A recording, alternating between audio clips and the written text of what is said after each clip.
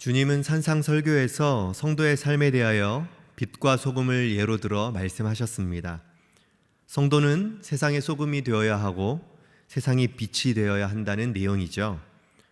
소금은 맛을 되살리고 빛은 어두움을 몰아내고 환한 주님의 영광이 드러나게 된다는 것입니다. 이러한 주님의 말씀은 주님이 사역하는 현장 곳곳에서 드러나고 있고 오늘 본문에서도 살펴볼 수 있는 내용입니다. 오늘 본문에 보면 한 여인이 있었습니다. 이 여인이 처한 상황은 죽음을 직면한 상황이었습니다. 왜냐하면 음행 중에 잡혔기 때문이죠. 당시 율법의 관례에 따라 음행 중에 잡힌 사람은 돌에 맞아 죽이는 일들이 전통이라는 이름으로 자행되고 있었습니다. 사람의 생명보다 율법을 지켜야 한다는 관행이 낳은 결과물입니다. 이 여인은 율법의 관행에 따라 죽음이라는 상황 가운데 놓이게 되었습니다.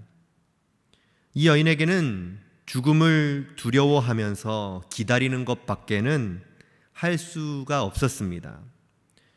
영원한 어둠의 터널 속에 빠져서 헤어나오는 것이 불가능한 상황이었던 것이죠. 그런데 이 여인에게 한 줄기 빛이 비추기 시작합니다. 바로 예수님을 만난 것입니다. 사실 예수님을 만난 사건은 자의로 만났던 것은 아닙니다. 이 사건은 예수님을 고발하려는 종교 지도자들의 음모로 인해서 생겨난 결과입니다. 이 여인은 음모의 희생양에 불과한 사람이었습니다. 스스로 헤쳐나올 수 있는 힘도 없었고 종교 지도자들의 권력 앞에 굴복할 수밖에 없었습니다. 그저 받아들이고 흘러가는 대로 따르는 것이 이 여인이 할 수 있는 전부였습니다. 그런데 이 여인에게 주님이 계셨던 것입니다.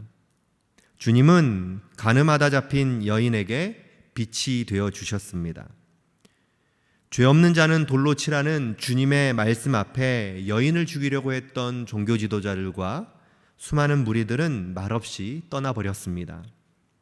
왜냐하면 주님의 말씀 앞에 양심의 가책을 받았기 때문이죠. 하지만 이 여인의 입장에서 보면 죽음이라는 절체절명의 위기 속에서 주님이 구원해 주신 현장입니다. 주님이 생명의 은인이 되어 주신 것이죠. 어둠으로 가득했던 여인의 인생 가운데 주님이 밝은 빛을 비춰 주신 것입니다. 그리고 주님은 이 여인을 향해 이렇게 말씀하시죠. 11절입니다. 대답하되 주여 없나이다. 예수께서 이르시되 나도 너를 정죄하지 아니하노니 가서 다시는 죄를 범하지 말라 하시니라. 주님은 여인을 향해 죄를 다시 묻지 않겠다고 약속하십니다. 이것이 여인이 죄를 짓지 않았다는 뜻이 아니라 그 죄를 죄로 여기지 않으시겠다는 주님의 말씀이죠. 로마서 8장 1절과 2절 말씀의 사건이 이 여인에게 일어난 것입니다.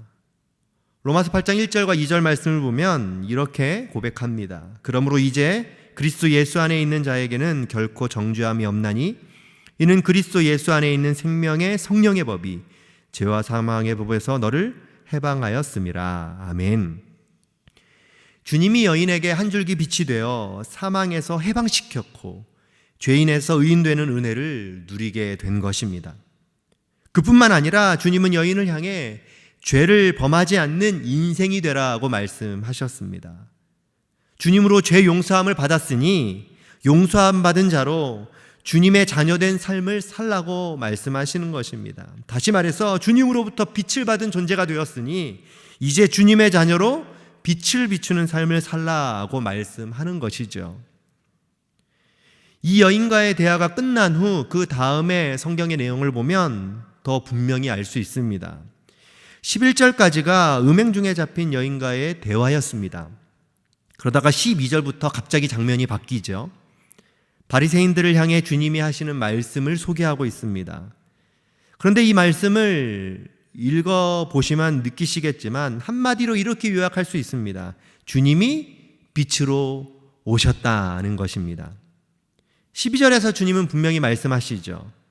예수께서 또 말씀하여 이르시되 나는 세상의 빛이니 나를 따르는 자는 어두움에 다니지 아니하고 생명의 빛을 얻으리라. 아멘. 주님이 세상의 빛이며 어둠이 물러가고 사람들이 생명의 빛을 얻게 된다는 약속입니다. 결국 주님이 하시는 일은 어둠에 사로잡힌 사람들에게 빛이 되어 주시는 것입니다. 길고 어두웠던 사망의 터널에서 벗어나 영광스러운 주님을 바라보고 주님의 십자가를 붙들고 나아가는 생명의 은혜를 누리게 된다는 것이죠. 이 사실을 맛본 사람이 음행 중에 잡힌 여인이었습니다. 하지만 이 사실을 믿지 못하는 바리새인들은 오히려 주님의 말씀이 거짓이라고 말하면서 주님을 거부합니다. 세상을 향한 주님의 사역은 확실하죠. 빛이 되어주시는 것입니다.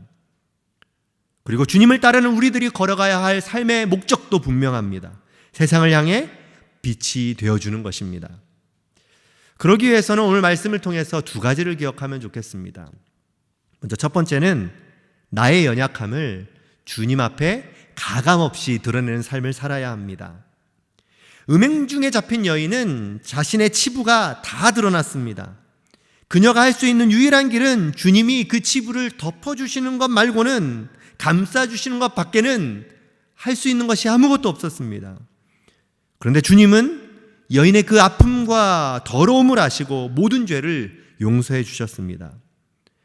이렇게 될 수 있었던 데는 자의가 아닌 타의로 이루어진 일입니다. 하지만 타의라 할지라도 자신의 모든 죄가 주님 앞에 낱낱이 드러났기 때문에, 더 이상 감출 것이 없기 때문에 그저 주님께 은혜를 구할 수밖에 없었던 것입니다.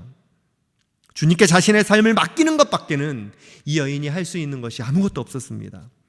그런데 여기서 주님의 은혜가 임하는 것이죠. 모든 것이 주님의 손에 들어가자 여인에게 큰 위로와 소망이 펼쳐지는 것입니다. 하지만 그와 반대의 사람들도 있었죠. 많은 무리들입니다. 주님께서는 그들의 치부를 드러내셨습니다. 주님이 땅에 글씨를 쓰시면서 그들의 마음속에, 삶 속에 있었던 그 모든 것들을 들춰내셨습니다. 심지어는 스스로 양심의 가책도 받았습니다. 그러나 그 누구도 주님 앞에 자신의 죄를 낱낱이 고하지 않았습니다. 그저 들킬까봐 조심스럽게 그곳을 빠져나와 사라져버렸죠. 결국 자신들의 연약함을 드러내지 않고 끝까지 감추었던 것입니다. 그렇게 주님을 떠나 자신들이 원하는 삶을 향해 살아가 버렸습니다. 이런 삶에는 주님의 은혜가 들어올 틈이 없습니다. 그저 자신들만의 성을 쌓고 살아갈 뿐이죠. 우리도 마찬가지입니다. 언제든지 실수하고 넘어지고 죄를 지을 수 있습니다. 그럴 때마다 주님 앞에 나의 삶을, 연약한 모습들을 고백해 보시기 바랍니다. 나의 고백을 들으시는 주님께서 여러분들의 삶 가운데 찾아오셔서 따뜻하게 안아주시고 위로해 주시고 소망의 힘을 주시며 용서함의 은혜를 주실 줄을 믿습니다. 두 번째는 나의 생각과 관점을 내려놓고 주님에 대한 의구심을 거두어야 합니다. 이것을 다른 말로 표현하면 온전히 주님을 신뢰하고 따라야 한다는 것입니다. 바리새인들은 주님에 대한 의심으로 가득 찼습니다. 주님의 말씀을 믿으려고 하지도 않고 들으려고 하지도 않았습니다.